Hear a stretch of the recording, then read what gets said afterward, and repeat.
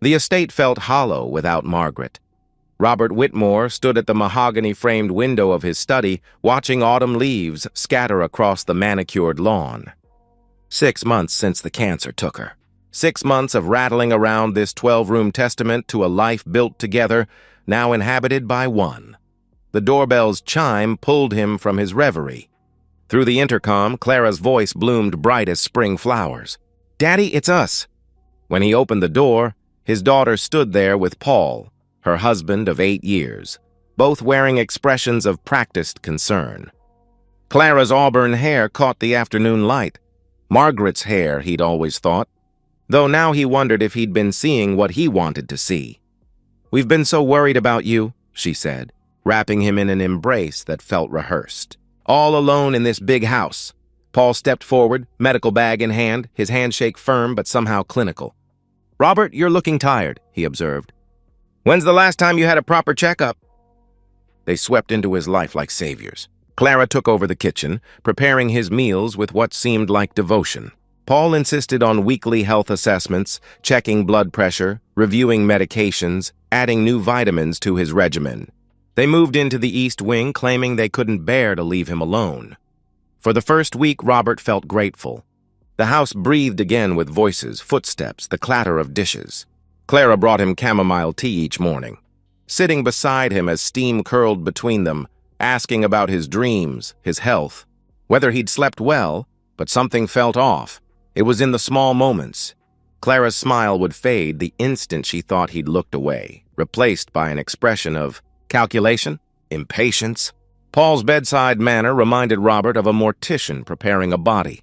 Professional, detached, already thinking past the present moment. "Your color's not good," Paul announced during the second week's examination. "We should adjust your medications." "I feel fine," Robert protested, though even as the words left his mouth, he wasn't sure they were true. Clara appeared with her tea tray right on schedule. "Daddy, you need to trust Paul," she insisted. "He knows what's best." The tea tasted different lately, bitter underneath the honey she'd started adding.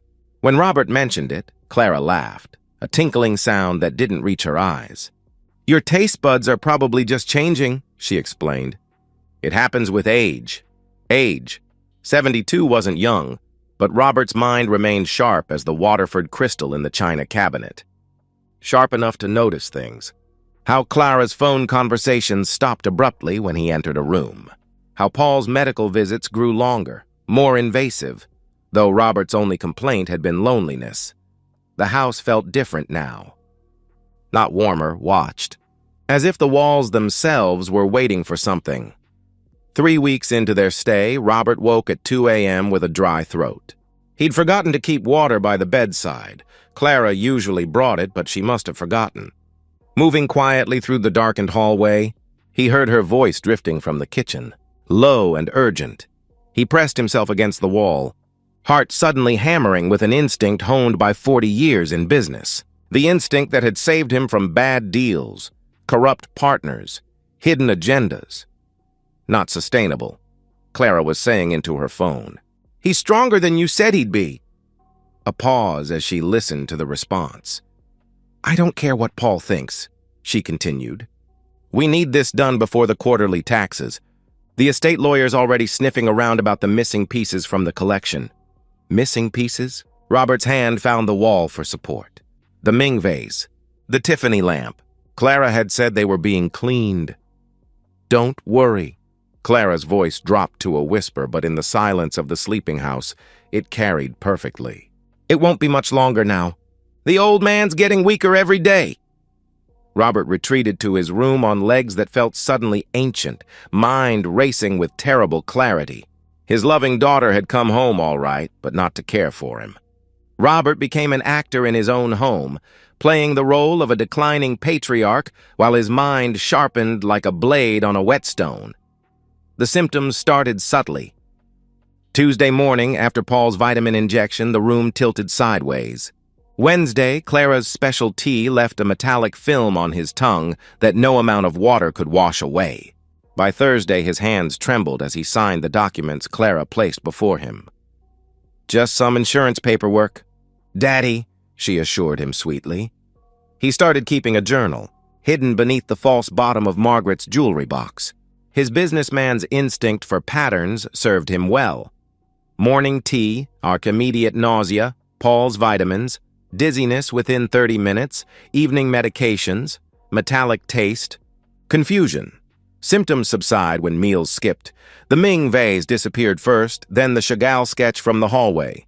When Robert asked, Clara's face arranged itself into sympathy. "Oh, Daddy, we talked about this yesterday," she said gently. "They're being appraised for insurance. Don't you remember?" He hadn't forgotten anything. But he nodded, playing confused, watching calculation flicker across his daughter's face. Paul increased the medications. "Your blood pressure's erratic," he explained, though Robert noted Paul never actually showed him the readings. "We need to be aggressive with treatment. Aggressive." Yes, that described it perfectly. Robert developed new habits. When Clara wasn't looking, he'd pour the tea into the potted fern by his chair. The plant began dying within days. He learned to hold pills under his tongue, spitting them out later. The improvement was immediate. The trembling stopped. The metallic taste faded. His mind cleared like fog burning off a lake. One afternoon, feigning sleep in his study, he heard them arguing in the hallway. "It's taking too long," Clara hissed at her husband. "You want him to drop dead suddenly?" Paul shot back. "That brings questions. Autopsy, investigation. It needs to look natural, gradual decline, consistent with his age and grief." "His age?" She scoffed. "He's got the constitution of a man 20 years younger." "Not anymore," Paul assured her. "Trust me, the cocktail I'm giving him is untraceable but effective." "Another month, maybe 6 weeks." "We don't have 6 weeks," Clara interrupted. "Thomas is getting impatient." "Your antique dealer friend can wait," Paul said coldly. "He's not just my friend," Clara admitted, her voice taking on a different tone. We've been together. Before you and I even talked about this plan," silence stretched like a taut wire. "You're having an affair?" Paul asked, his voice dangerously quiet. "Don't act surprised," she replied dismissively. "Our marriage has been dead for years. You needed money after losing your medical license. I needed your medical knowledge. Thomas and I. That's real." "You told me we'd split everything equally," Paul said, anger creeping into his voice. "We will," Clara assured him. "You get your 30%. Enough to disappear and start over. Thomas and I take the rest and leave the country." They moved away, voices fading. Robert remained still for another 10 minutes, processing. Their marriage was a sham. Paul had already lost his medical license. He was practicing illegally. And Clara was planning to betray her husband, too, just as she was betraying her father. That evening, Robert made a show of confusion at dinner, asking about Margaret as if she were still alive. Clara's eyes gleamed with satisfaction as she patted his hand. "She's gone, Daddy," she said softly. "Remember? But I'm here now." After they retired, Robert accessed his laptop, fingers steady despite the rage burning in his chest. Paul Brooks. Medical license revoked in Nevada 3 years ago for overprescribing opioids. 3 malpractice suits. 1 patient death. Robert then searched Thomas Vance Antiques. Thomas Vance, proprietor of Vance Antiquities, specialized in estate sales and authentication. The pieces clicked together like a closing trap. Clara and Paul, in a marriage of convenience, were poisoning him while Clara's real lover, Thomas, sold off his collection. They were stealing his money, his mind, his life, and making him grateful for it. Robert closed the laptop and stared at his reflection in the dark screen. They thought him weak, confused, dying. They had no idea who they were dealing with. He hadn't built a fortune by being anyone's victim, but for now, he would continue playing the part. He would document everything, and when the time came, they would learn that some old men didn't go gentle into that good night. They burned with something far more dangerous than rage. They burned with patience. Robert Whitmore had survived 40 years in business by understanding one principle: information was ammunition. Now he loaded his weapons. The surveillance equipment arrived in packages addressed to Margaret, a detail that made Clara dismiss them as more of Daddy's confusion. she told Paul with an eye roll. 8 miniature cameras, each no larger than a button, voice-activated and streaming to cloud storage. Robert installed them during his wandering episodes at night, when Clara and Paul believed he was sundowning. One in the kitchen, hidden in the sugar bowl they never used. Another behind Margaret's portrait in the living room. The study, the hallway, their bedroom door frame. Each placement calculated for maximum coverage. Within 3 days, he had everything. The footage revealed their routine with nauseating clarity. Every morning, Paul prepared Robert's medications, carefully grinding extra pills into powder, mixing them into the vitamin solution. "Increase the dosage," he told Clara on Tuesday. "His resistance is building up." "Whatever it takes," she replied impatiently. "Just make it work." Clara's afternoon tea ritual proved equally damning. She added drops from an unmarked bottle, counted precisely, 15, 16, 17, stirring until dissolved. On camera, she practiced her concerned daughter expression in the mirror before bringing him the tray. But the most revealing footage came from their bedroom conversations. "Thomas sold the Chagall for $90,000. Clara announced Thursday night, scrolling through her phone. "He's already transferred 60 to our account." "60?" Paul questioned from across the room. "The piece is worth twice that." "His commission," she explained. "Plus, he's taking all the risk with authentication." Paul appeared on screen, towel around his waist. "Your father noticed it was missing," he warned. "So?" Clara shrugged. "He notices everything one day, nothing the next. That's the beauty of the cognitive decline angle." She stretched across the bed, her voice turning sultry. "Besides, Thomas knows what he's doing. He's been moving estate pieces for years." "Through recently deceased estates," Paul corrected. "Not from living owners." "Daddy won't be living much longer," she said casually. The casual cruelty of it made Robert's hand shake as he watched. This was his daughter. His blood. "Another 3 weeks," Paul said, studying something on his laptop. "The accumulation should reach critical mass by then. Heart failure will look completely natural given his age and the stress of losing Margaret." Clara rose, moved to Paul, ran her fingers through his hair. "And then we're free," she purred. "No more pretending to care about his boring stories. No more fake sympathy." She kissed him, then pulled back. "Though I'll miss Thomas." "You mean you'll be with Thomas?" Paul stated flatly. "Obviously," she confirmed without hesitation. "You didn't think this was real between us, did you? You're convenient. Medical expertise in exchange for a cut? Once Daddy's gone and the estate's liquidated, Thomas and I are moving to Costa Rica." Paul's face darkened. "We had a deal," he reminded her. "We do," she agreed. "You get 30%. More than enough to start over wherever you want. Just not with me." The recording showed Paul's fists clenching, but he said nothing. Clara laughed, cold as winter moonlight. "Don't look so hurt," she mocked. "You knew what this was. You lost your license, your practice, your reputation. I'm your meal ticket, not your real wife." Robert stopped the playback, needing air. He moved to the window, watching the garden Margaret had loved. They were all using each other.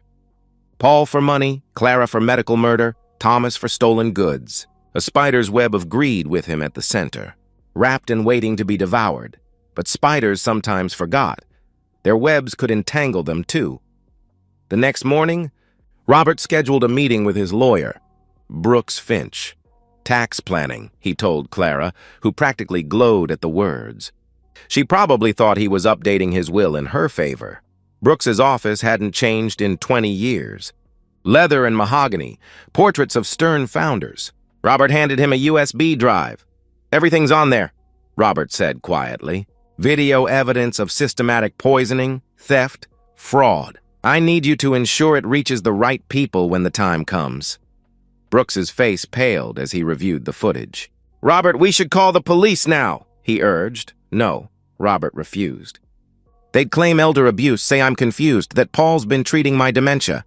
He'd produce falsified medical records. "It would be my word against theirs." "Then what do you propose?" Brooks asked. Robert smiled, cold as Clara's laughter. "I'm going to give them exactly what they want. But first, I need to update my will." That evening, Robert found the unmarked bottle Clara used for his tea. He carefully extracted a sample of the poison for evidence, keeping the original liquid. He'd need it for his final move. He accessed Paul's laptop while they slept. The password was pathetically simple: Clara 2023. The browser history revealed everything. Untraceable poisons, induced heart failure elderly, cognitive decline symptoms. Robert screenshot everything, uploaded it to his cloud storage. The final piece came when he followed Clara to her Thursday afternoon hair appointment. She met Thomas at a cafe downtown. Robert sat 3 tables away, unnoticed, recording their conversation on his phone. 2 more weeks. "Baby," Thomas promised her. "Free and rich," Clara corrected, before kissing him deeply. Robert watched his daughter betray everyone. Her father, her husband, even her lover, who didn't know Paul would be getting a cut. Tomorrow, Paul would attempt to administer what he believed would be the beginning of the final, fatal dose. Tomorrow, Robert would be ready. Friday morning arrived gray and fitting, rain stippling the windows like tears on glass. Robert sat at his desk recording his final message. "My name is Robert Whitmore," he began, voice steady as granite. "If you're watching this, I'm dead. And my daughter Clara murdered me." He laid out everything with prosecutorial precision. The timeline, the evidence, the conspiracy between Clara, Paul, and Thomas Vance. He held up documents: Paul's revoked medical license, bank statements showing transfers from Thomas's accounts, screenshots of Paul's poison research. "But here's what they don't know," Robert continued, allowing himself a cold smile. "I've been aware of their plan for weeks. Every dose Paul thinks is poisoning me has been documented. The fatal dose I'll take today, that's my choice. My terms." He'd spent the previous night ensuring everything was ready. The will, updated and witnessed, left his entire estate to Riverside General Hospital's elder care wing, the same hospital where Paul had lost his license. Clara would receive nothing. Not a penny. Not a memory. The irony was deliberate, vicious, and would be very public. Robert had carefully saved the poison Clara had been putting in his tea, enough for 1 lethal dose. He placed it in a glass of water, set it beside him, waiting. At 10 a.m., Paul arrived for the morning medication ritual. Robert watched him prepare the syringe, grinding extra pills, drawing the solution. The cameras captured every movement. "Your color's better today," Paul lied, inserting the needle. "I feel stronger," Robert agreed. Knowing Paul would interpret this as sarcasm, Clara appeared with the tea, her smile bright as false sunshine. "Morning, Daddy," she chirped. "Sleep well?" "Like the dead," Robert replied meaningfully. They exchanged glances. Soon, those glances said. Very soon. After they left, Robert drank the poisoned water, Clara's own poison, saved over weeks. The metallic taste was familiar now, but stronger. His stomach clenched immediately. He had perhaps 3 hours, maybe less. At 10:30 a.m., he called Brooks Finch. "Execute the will today," he instructed. "The reading should be tomorrow, noon sharp. Ensure Clara and Paul are present. Tell them it's mandatory for inheritance." "Robert, are you—" Brooks began, concerned. "Today, Brooks," Robert interrupted. "Everything depends on timing."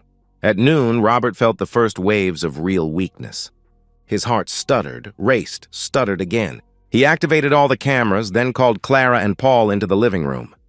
"I need to tell you both something," he said, letting his voice shake. They sat across from him, poorly concealed anticipation on their faces. "I know what you're doing," Robert stated simply. Clara's face went white. Paul's hand moved to his pocket, where Robert knew he kept a syringe.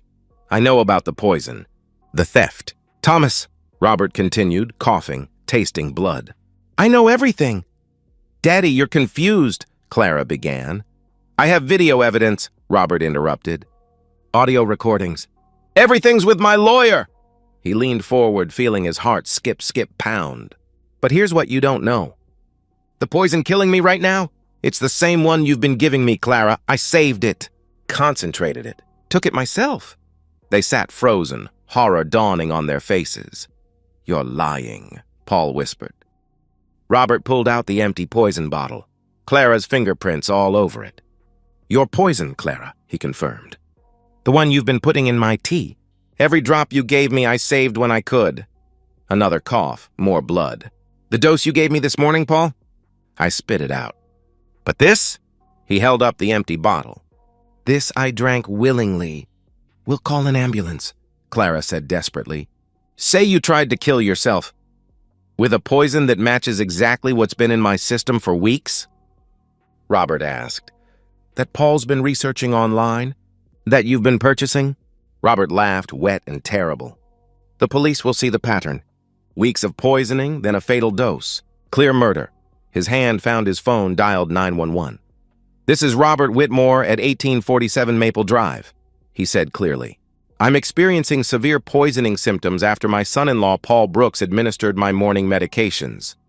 "Please hurry, you bastard!" Clara lunged for the phone, but Robert had already dropped it, the line open, recording everything.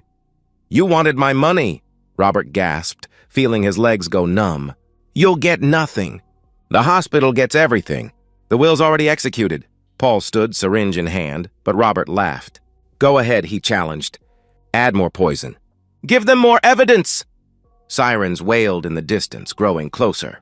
Robert's vision blurred, but he could see their faces, the dawning realization that they'd been outplayed.